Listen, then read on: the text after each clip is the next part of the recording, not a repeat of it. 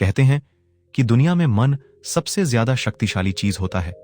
अगर किसी चीज को तुम पूरे मन से चाह लो तो तुम उसे हासिल कर सकते हो।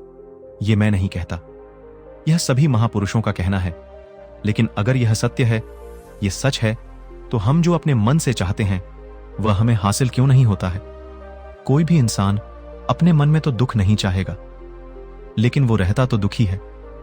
हर इंसान अपने मन से तो कामयाब होना चाहता है, खूब पैसा कमाना चाहता है, लेकिन फिर भी वह कामयाब नहीं होता। भला ऐसा दुनिया में कौन इंसान होगा जो अपने मन में यह चाहेगा कि मैं नाकामयाब रहूं या मैं पैसा ना कमाऊं? सोचने की बात है तो इसमें दो चीज निकलकर सामने आती है। या तो वह महापुरुष गलत थे जिन्होंने यह बात बोली कि मन से चाहे हुई चीज हासिल हो जाती है, या फिर हम गलत हैं। यह इस कहानी से आपको अच्छी तरह से समझ में आ जाएगा, और इससे आप यह भी समझ पाएंगे कि आकर्षण का नियम, लॉ ऑफ अट्रैक्शन, कैसे काम करता है। कहानी छोटी सी है लेकिन बहुत ही गहरी है। एक बार की बात है, एक आदमी के जीवन में सिर्फ दुख ही दुख थे। वह जो भी काम करता, उस बेचारे का वह काम पूरा ही नहीं होता। घर में आता तो घर में क्लेश बना रहता, किसी से कोई मदद मांगता तो कोई उसकी मदद नहीं करता। ऐसा लगता था कि चारों तरफ से उसके ऊपर दुख का पहाड़ टूट पड़ा है। उसे समझ नहीं आ रहा था कि मैं इन दुखों से कैसे पार पाऊं। वह दिन रात यही सोचता रहता था कि अपने दुखों से छुटकारा कैसे पाना है। इसी कारण से वह रात में सो भी नहीं पाता था। उसकी आंखों के नीचे बड़े बड़े काले घेरे बन गए थे, जो इस बात का प्रतीक थे कि वह आदमी कितना दुखी है और कितना चिंतित है। कभी कभी तो उसके मन में आत्महत्या करने के भी ख्याल आते थे, लेकिन अपने परिवार की चिंता करके वह यह कदम नहीं उठा पाता। वह इतना दुखी हो गया कि उसने निर्णय किया कि वह इन दुखों से छुटकारा पाकर ही रहेगा। इसके लिए चाहे उसे कितनी ही मेहनत करनी पड़े, कुछ भी करना पड़े, चाहे अंगारों पर चलना पड़े, लेकिन इन दुखों से छुटकारा हासिल करके रहेगा। ऐसे ही एक दिन उसने अपने मित्र से पूछा कि मैं अपने जीवन को कैसे सुधारूं। उसके मित्र ने उसे बताया कि तुम किसी बाबा के पास जाओ। बाबाओं के पास ऐसा मंत्र होता है जिससे सारे दुख मिट जाते हैं, जीवन खुशियों से भर जाता है और धन संपदा भी हासिल होती है। तुम किसी ऐसे बाबा को ढूंढ लो, बस तुम्हारा काम बन जाएगा। उस आदमी के मन में यह बात पूरी तरह से पक्की बैठ गई कि कोई बाबा ही मेरा दुख दूर कर सकता है, और इसीलिए उसे किसी भी बाबा के बारे में पता चलता तो वह उस बाबा के पास पहुंच जाता, उस बाबा को अपनी समस्या बताता और उससे उसका समाधान पूछता और कहता कि बाबा, मैं कुछ भी करने के लिए तैयार हूं, लेकिन मेरी इन समस्याओं से मुझे छुटकारा दिला दीजिए। आप जो कहेंगे मैं वह करूंगा, लेकिन मेरे जीवन को सुधार दीजिए। बाबा उसे कुछ टोने टोटके बताते थे करने के लिए, और बदले में दान दक्षिणा ले लेते थे कि यह टोना टोटका करने के बाद तुम्हारे घर में सुख शांति बनी रहेगी, बस इस टोटके को पूरी विधि के साथ करना।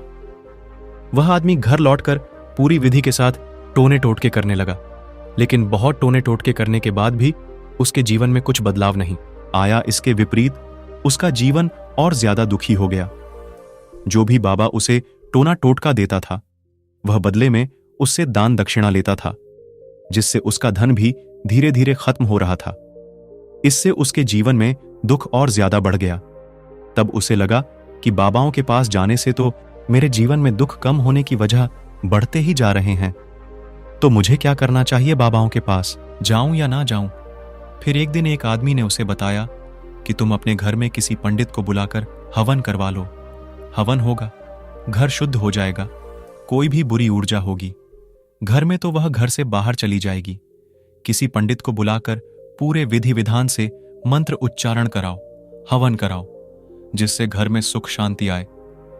उस आदमी के मन में यह बात बैठ गई और उसने एक पंडित को अपने घर पर बुलाकर हवन करवा दिया। हवन अच्छी तरह से संपन्न हुआ। बदले में पंडित ने भी अच्छी दान दक्षिणा ली और उसके बाद वह वहां से विदा हो गया।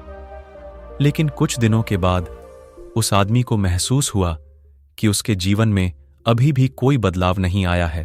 अब वह आदमी पूरी तरह से दुखी हो गया और ज्यादा परेशान हो गया।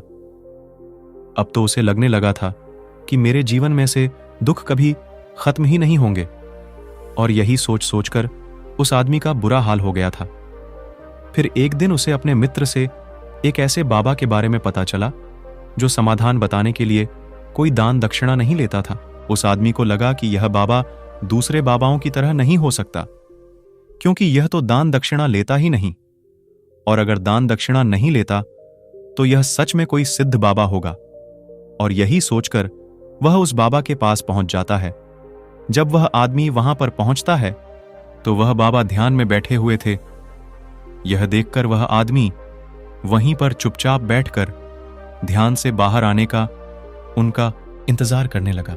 थोड़ी देर बाद बाबा ने आंखें खोली तो सामने एक दुखी और परेशान युवक को बैठे देखा।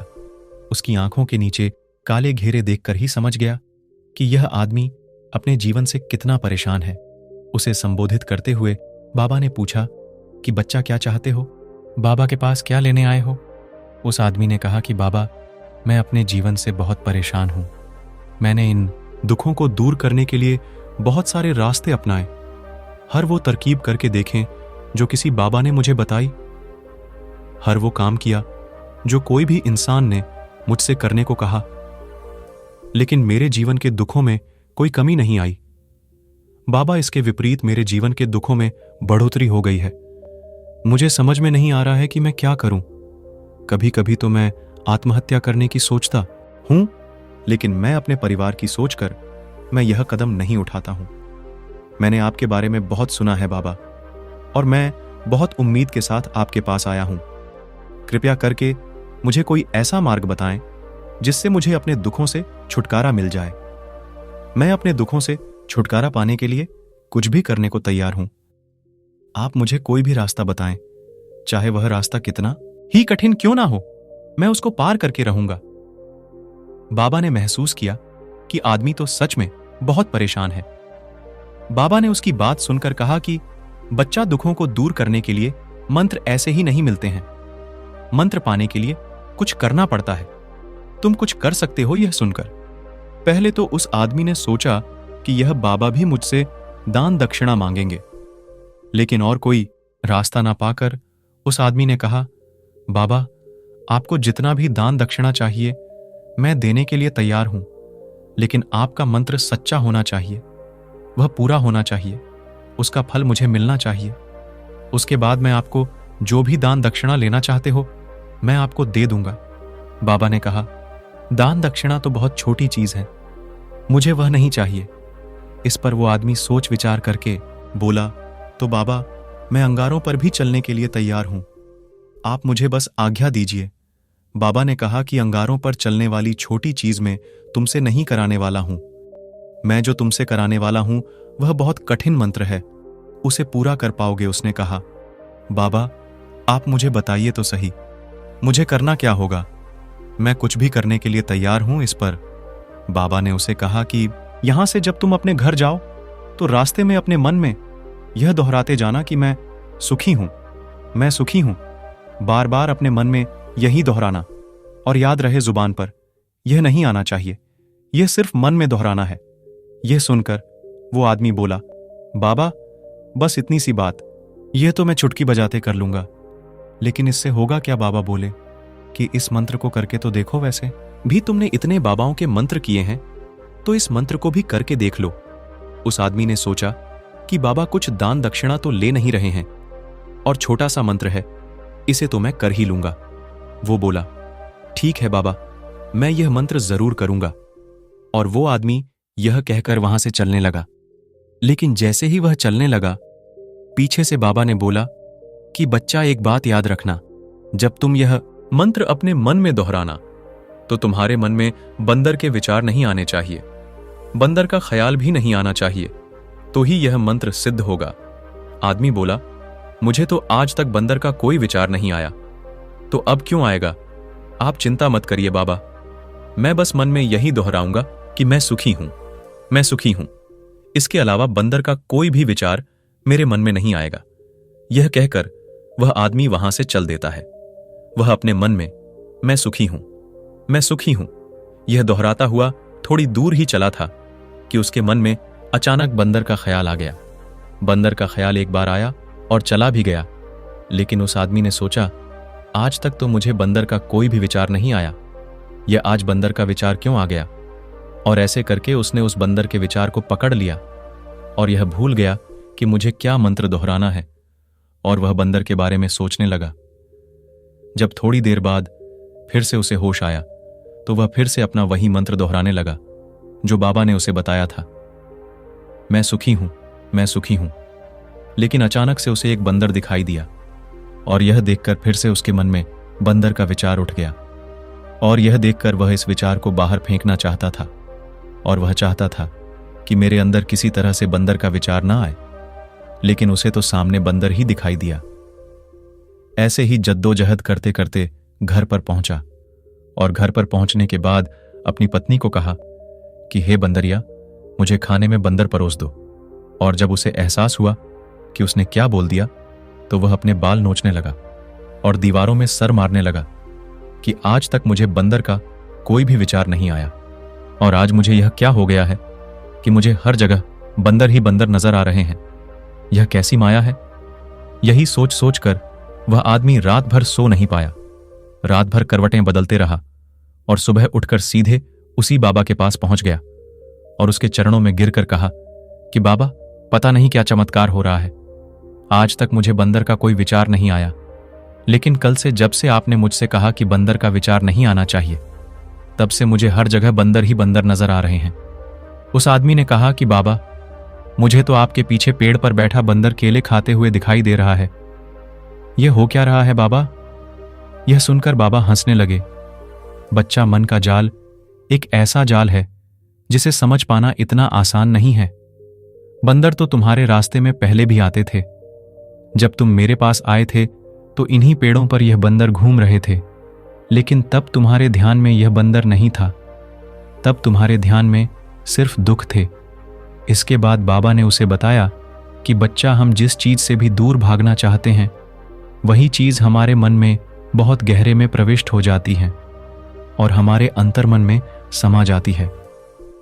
असल में हम जिस चीज से छुटकारा पाना चाहते हैं उससे छुटकारा इसीलिए पाना चाहते हैं कि वह हमारे साथ बहुत गहरे से जुड़ी हुई है, और हम जितना ही उससे छुटकारा पाना चाहते हैं वह उतनी ही गहरी हमारे मन में बैठती चली जाती है और आखिरकार हमारे अंतर्मन में छा जाती है। ऊपर से तो हम चाहते हैं सुखी होना कि मैं सुखी हूं, सुखी हूं। हमारे होंठ भी यही बोलते रहते हैं, लेकिन हमारे मन में दुख समाये होते हैं। हमारे विचारों में, हमारे मन में दुख ही दुख दिखाई देते हैं। इसीलिए अपनी जुबान से बार बार यह बोलने से कि मैं सुखी हूं, मैं सुखी हूं, हम सुखी नहीं होंगे जब तक यह मंत्र हमारे अंतर्मन में प्रविष्ट नहीं होगा। इस पर उस आदमी ने पूछा कि बाबा, लेकिन यह मंत्र हमारे अंतर्मन में प्रविष्ट कैसे होगा। यह सुनकर बाबा ने कहा कि बच्चा, अपने दुखों से लड़ना बंद कर दो। जब तक तुम अपने दुखों को दूर करने की सोचते रहोगे तब तक वो दुख तुमसे चिपके रहेंगे, तब तक वो दुख तुम्हारे अंतर्मन पर अपना राज बनाए बैठे रहेंगे। और जिस दिन तुम उन दुखों के बारे में सोचना ही छोड़ दोगे, उन दुखों से छुटकारा ही नहीं पाना चाहोगे, उसी दिन से तुम्हारे जिंदगी से दुख गायब हो जाएंगे। क्योंकि किसी भी चीज से छुटकारा पाने के लिए हमें उस चीज के बारे में सोचना पड़ता है, और हम जितना ही उस चीज के बारे में सोचते हैं वह उतनी ही गहरी हमारे मन में प्रविष्ट होती चली जाती हैं। हम अधिकतर समय दुखों के बारे में ही सोचते हैं। हम यही सोचते हैं कि हमारे जीवन में दुख है और हमें इससे छुटकारा पाना है। इसी वजह से बार बार सोचने से वो दुख हमारे अंतर्मन में प्रविष्ट हो जाते हैं और हमें एहसास भी नहीं होता। इसीलिए अगर तुम दुखों से छुटकारा पाना चाहते हो तो दुखों से छुटकारा पाने के बारे में सोचना छोड़ दो, तुम्हें दुखों से छुटकारा मिल जाएगा। अक्सर आदमी धूम्रपान छोड़ना चाहता है, शराब छोड़ना चाहता है, सुबह अपने आप से यह वादा करता है कि मैं कोई भी गलत काम नहीं करूंगा, लेकिन शाम को जब लौटता है तो नशे में चूर होकर लौटता है। ऐसा क्यों होता है? जो हम सोच रहे हैं वह पूरा कर ही नहीं पा रहे हैं।